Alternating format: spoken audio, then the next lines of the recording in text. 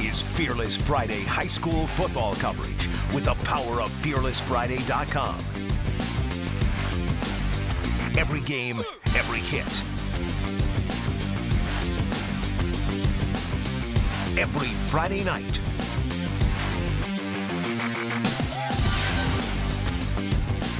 Fearless Friday starts now. Brought to you by Baptist Health.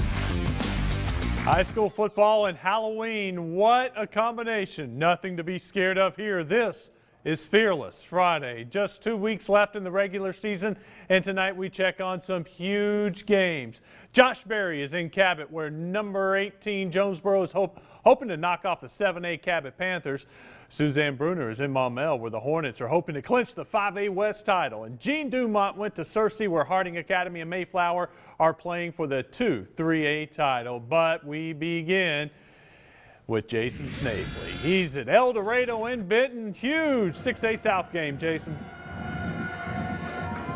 Well, Wes, this matchup is one that has been dominated by the El Dorado Wildcats. As a matter of fact, the last 14 times these two teams have met, El Dorado's won it 11 times. However, this is a completely different Benton Panthers squad than we've seen in years past. After that tie in the Salt Bowl in week 1, they've rattled off 7 straight wins, looking to make that number 8 tonight.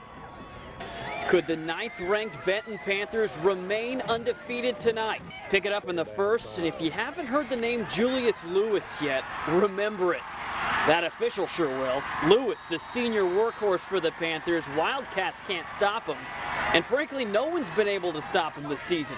Benton's opening drive results in a touchdown from Lewis. El Dorado goes 3 and out. Panthers settle for a field goal on their next drive, and it's 10-0 Benton in the first. Wildcats trying to get something going, but Kawan Love's pass is tipped and picked off by the Panthers. And folks, this Benton defense is the real deal. They hold El Dorado scoreless in the first half. Panthers head in the locker room up 10-0 at the break. And we are looking at a much different story here in the second half. Benton now leads 23-17. El Dorado looking to take the lead right now. Kawan Love with the pass is picked off by the Benton Panthers. It might be a pick 6, folks. I told you this Benton defense is something else. A huge pick 6 in the final 4 minutes of the ball game, and that may just put the nail in the coffin, folks. The home stands are going berserk. Benton may be able to hang on to this one. If they do, we'll have Coach Scott Nethery right here on Fearless Friday, and he would be one happy camper after a win like this. Until then, Wes, I'll send it back to you. Well, that's what Fearless Friday Live is all about right there, Jason. I got goosebumps watching that play, the play of the game, and you got to see it live. Great stuff. Way to go, Jason. Good job, Goose, running the camera. Here are some scores from around the state. Kind of hard to top that, isn't it? Number 4, Bryant, all over Siloam Springs. That's your final score. North Side is beating Harbor at the half, and Conway defeats Russellville. Conway 9-0.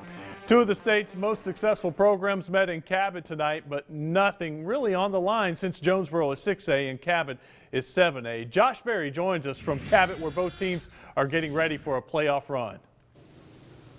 Yeah, well, it's not a whole lot of playoff implications in this one. Both teams still wanting to come out with a win tonight. Cabot especially just hoping to stay higher than a 500 record. Cabot Panthers at home tonight looking to pad their record with a win against Jonesboro, but it would be the Hurricane on the board first. Carson Coates under center, fakes a handoff, turns left to find Lamar Haynes on the quick seam. He gets past the arm tackles, finds the end zone of the 25-yard pass to make it 7-0 the Hurricane up in the first. Cabot on the next possession deep in the red zone on the 5-yard line. Junior Jess Reed playing quarterback for this game for Jared Barnes, who has a broken hand but still playing, just not under center. The quick handoff goes to junior Colton Needs, which will knock this one up at 7. This game will go back and forth in the first half. Coates under shotgun, fakes the handoff, looks up to find junior Kedron Brunson up the middle with the inside edge. He'll pull 4 Panthers in the end zone with him to give the Hurricane the lead again, 14-7. But this one's one of the most interesting runs you'll see all night. Now watch the ball. Panthers down a score. Reed with the option to the right, tries to pitch it back to Barnes, but he can't get it there. Barnes has to pick it up and make magic, and that's exactly what he does. He gets by all of those arm tackles One of the Hurricane will try to chase him down, but he's just going to get pulled into the end zone right along with Barnes. He's going to tie the game up 14-14. The Panthers would go into the locker room up just 3 points at the half. But Jonesboro would end up regaining that lead, and Cabot would be fighting from behind in the rest of the second half in this one, not able to quite pull it out. They had a fumble on their final drive, losing a close one, 24-23. West Jonesboro coming out on top in this one. Jonesboro is one of the top teams in 6A, and we see why tonight coming into Cabot and getting that win. Thanks a lot, Josh. Still to come on Fearless Friday, we'll check out a big 3A game between Harding Academy and Mayflower that will decide the conference title. Plus, we'll see if Maumelle, if the Hornets could clinch the 5A West title. You're watching Fearless Friday. You're watching Fearless Friday.